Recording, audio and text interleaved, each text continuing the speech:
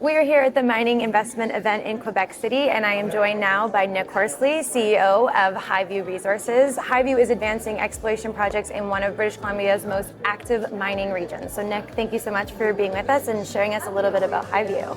Thanks for having me. So let's start off with the Toodoggone district, which continues to attract significant attention from investors and major exploration companies. So what initially drew you and Highview to this region, and why do you believe it remains one of the most exciting regions in Canada?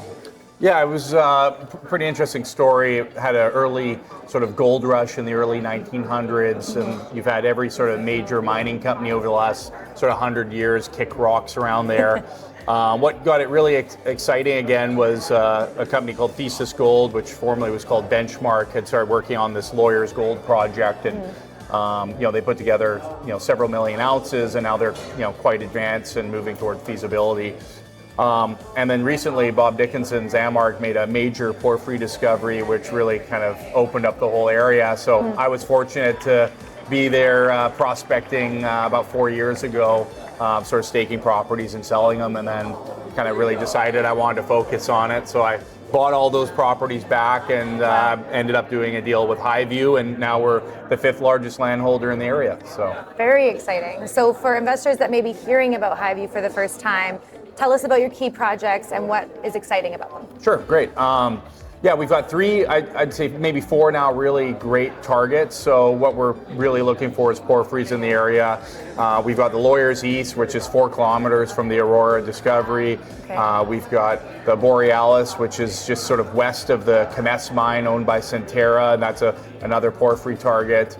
We've got the Black Pearl, which is sort of west of the Ranch East complex, where Thesis Gold now is looking for porphyry targets, and it's got this nice red line unconformity geological structure running through it with a bunch of amazing historic grades. Wow. And then we also have the Golden Stranger, which is sort of looks like another little Lawyers Gold look-alike, which is what Thesis' original flagship was. So we've got lots of targets. So. Yeah, lots going on. And so you've reported some impressive gold and silver values from surface sampling. How do those results influence your confidence for the broader potential? Yeah, I think seeing surface expressions with high grade, sort of some of the highest grade we've seen at the Golden Stranger, we had 111 grams of gold. Wow. At sort of the Borealis complex to the south, we've seen 11,000 grams of silver.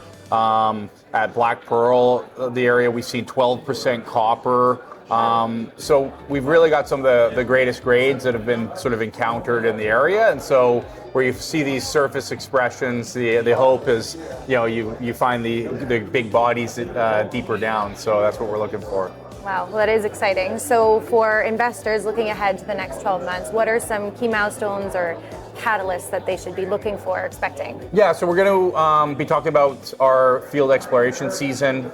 There was record snowfall in the Toodoggone this year, so it's going to be a little late, but we plan on sort of getting boots on the ground in July 15th. We're looking at lots of IP, lots of samples, and we are fully permitted on a bunch of the properties, so we'll get those results, and then we'll sort of make some game time decisions as we vector these targets deeper. So.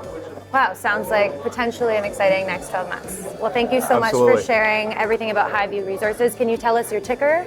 Yeah, it's GXLD on the CSE. All right, we'll be looking forward to seeing what comes this next year. Thanks so much, Nick. Thank you so much.